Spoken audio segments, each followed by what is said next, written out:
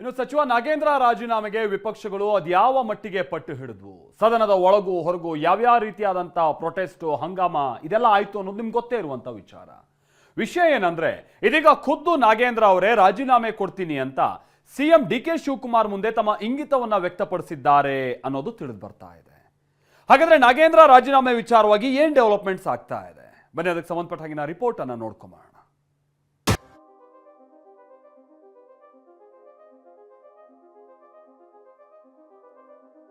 ಸಂಪುಟ ಸೇರಿ 23ನೇ ದಿನಕ್ಕೆ ನಾಗೇಂದ್ರ ರಾಜೀನಾಮೆ ಮಾತು. ಖುದ್ದು ಸಿಎಂ ಡಿ.ಕೆ.ಶಿ ಮುಂದೆ ನಾಗೇಂದ್ರ ರಾಜೀನಾಮೆ ಇಂಗಿತ. ಎಲ್ಲರೂ ಶಿಸ್ತಿನ ಸಿಪಾಯಿ ಎಂದ ಡಿ.ಕೆ. ಪರೋಕ್ಷವಾಗಿ ಕೊಟ್ರ ಸೂಚನೆ.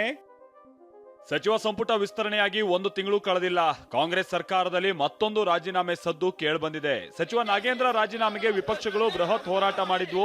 ಸದನದಲ್ಲಂತೂ ಬಿಜೆಪಿ ನಿರಂತರವಾಗಿ ಪ್ರತಿಭಟನೆ ಮಾಡಿತ್ತು. ಪ್ರತಿಪಕ್ಷಗಳ ಒತ್ತಡದ ಮಧ್ಯೆನೇ ನಾಗೇಂದ್ರ ಅವರು ಸಿಎಂ ಡಿ.ಕೆ. ಶಿವಕುಮಾರ್ ಎದುರು ರಾಜೀನಾಮೆ ನೀಡೋ ಇಂಗಿತವನ್ನ ವ್ಯಕ್ತಪಡಿಸಿದ್ದಾರೆ ಅಂತ ಹೇಳಲಾಗಿದೆ. ನಾಗೇಂದ್ರ ರಾಜೀನಾಮೆ ನೀಡೋ ಸಾಧ್ಯತೆಯನ್ನ ಸಿಎಂ ಡಿ.ಕೆ. ಶಿವಕುಮಾರ್ ಕೂಡ ನೇರವಾಗಿ ತಳ್ಳಿ ಹಾಕಿಲ್ಲ. ಯಾವುದೇ ಕ್ಷಣದಲ್ಲೂ ಸಚಿವ ಸ್ಥಾನಕ್ಕೆ ನಾಗೇಂದ್ರ ರಾಜೀನಾಮೆ ಕೊಡಬಹುದು ಅಂತಾನೂ ಹೇಳಲಾಗ್ತಿದೆ. ಅವರು ವಿರೋಧ ಪಾರ್ಟಿಯವರು ಮಾಡ್ತಾ ಇದ್ದಾರೆ. ಪಾಪ ನಾಗೇಂದ್ರ ಯಾವತ್ತೂ ಕೂಡ ಪಕ್ಷದ ವಿಚಾರದಲ್ಲಿ ಹಿಂದೆ 2 ವರ್ಷ ಹಿಂದೆನೆ ಕೂಡ ಏನು ನಿರಪರಾಧಿ, ನಮ್ಮ ಒತ್ತಡಕ್ಕೆ ನಾವೇ ಆತನ ಕೈಲಿ ರೆಸಿಗ್ನೇಷನ್ ತೆಗೆದುಕೊಂಡಿದ್ದು. ಯಾವತ್ತೂ ಕೂಡ ಪಕ್ಷದ ಒಬ್ಬ ಶಿಸ್ತಿನ ಸಿಪಾಯಿ, ಅವರ ನಾಯಕತ್ವದಲ್ಲಿ ನಮಗೆ ಅಪಾರವಾದಂತಹ ವಿಶ್ವಾಸ ಇದೆ. ನೋಡೋಣ, ಈಗ ಸದ್ಯಕ್ಕೆ ಯಾವ ತರದ ಅಂತದೇನು ಇಲ್ಲ. ಸಿಎಂ ಡಿ.ಕೆ. ಶಿವಕುಮಾರ್ ಜೊತೆ 15 ನಿಮಿಷಗಳ ಕಾಲ ಸಚಿವ ನಾಗೇಂದ್ರ ಮಾತನಾಡಿದ್ದಾರೆ. ಏನೇನ್ ಪ್ರಸ್ತಾಪ ಮಾಡಿದ್ದಾರೆ ಅನ್ನೋದನ್ನ ನೋಡೋದಾದ್ರೆ, ನಾನು ರಾಜೀನಾಮೆ ಕೊಡೋಕೆ ನಿರ್ಧರಿಸಿದ್ದೀನಿ ಅಂತ ನಾಗೇಂದ್ರ ಸಿಎಂ ಡಿ.ಕೆ. ಶಿವಕುಮಾರ್ ಬಳಿ ಹೇಳಿದ್ದಾರಂತೆ. ನನ್ನನ್ನ ಅನಗತ್ಯವಾಗಿ ಟಾರ್ಗೆಟ್ ಮಾಡಲಾಗ್ತಾ ಇದೆ, ನನ್ನಿಂದ ಪಕ್ಷಕ್ಕೆ ಮುಜುಗರ ಆಗೋದು ಬೇಡ. ಹಿಂದಿನ ಚುನಾವಣೆಯಲ್ಲಿ ದಲಿತ ಸಮುದಾಯ ಕೈ ಹಿಡಿದಿದೆ, ದಲಿತ ಸಮುದಾಯದ ಮತಗಳನ್ನ ಮುಂದಿನ ಚುನಾವಣೆಯಲ್ಲಿ ಗಟ್ಟಿಗೊಳಿಸಬೇಕಿದೆ, ಕಾಂಗ್ರೆಸ್ ಪರ ದಲಿತ ಮತಗಳನ್ನ ಹಿಡಿದಿಟ್ಕೊಳ್ಬೇಕಿದೆ ಅಂತ ಸಿಎಂ ಡಿ.ಕೆ. ಶಿವಕುಮಾರ್ ಬಳಿ ದೂರವಾಣಿ ಮೂಲಕ ಮಾತನಾಡಿದ್ದಾರೆ ಅಂತ ಹೇಳಲಾಗಿದೆ. ಸಚಿವ ನಾಗೇಂದ್ರ ರಾಜೀನಾಮೆ ನಿರ್ಧಾರಕ್ಕೆ ಸಿಎಂ ಡಿ.ಕೆ. ಶಿವಕುಮಾರ್ ಹೈಕಮಾಂಡ್ ಜೊತೆ ಮಾತನಾಡಿ ನಿರ್ಧಾರ ಮಾಡೋದಾಗಿ ತಿಳಿಸಿದ್ದಾರೆ. ನಾಳೆ ದೆಹಲಿ ಫ್ಲೈಟ್ ಹತ್ತಲಿರುವಂತಹ ಸಿಎಂ ಡಿ.ಕೆ.ಶಿ ಹೈಕಮಾಂಡ್ ನಾಯಕರುಗಳನ್ನ ಭೇಟಿ ಮಾಡಲಿದ್ದಾರೆ. ನಾಳೆ ಬೆಳಗ್ಗೆ 7 ಗಂಟೆಗೆ ಕೆಂಪೇಗೌಡ ಏರ್ಪೋರ್ಟ್ ನಿಂದ ದೆಹಲಿಗೆ ತೆರಳಲಿದ್ದಾರೆ. ಸಚಿವ ನಾಗೇಂದ್ರ ವಿಚಾರವಾಗಿ ಚರ್ಚಿಸಿ ನಾಳೆ ರಾತ್ರಿಯೇ ಬೆಂಗಳೂರಿಗೆ ವಾಪಸ್ ಆಗಲಿದ್ದಾರೆ. ನಾಗೇಂದ್ರ ರಾಜೀನಾಮೆ ವಿಚಾರದಲ್ಲಿ ಕಾಂಗ್ರೆಸ್ ಸಚಿವರು ತಮ್ಮದೇ ಆದ ರೀತಿಯಲ್ಲಿ ಡಿಫೆಂಡ್ ಮಾಡ್ಕೊಳ್ತಿದ್ದಾರೆ.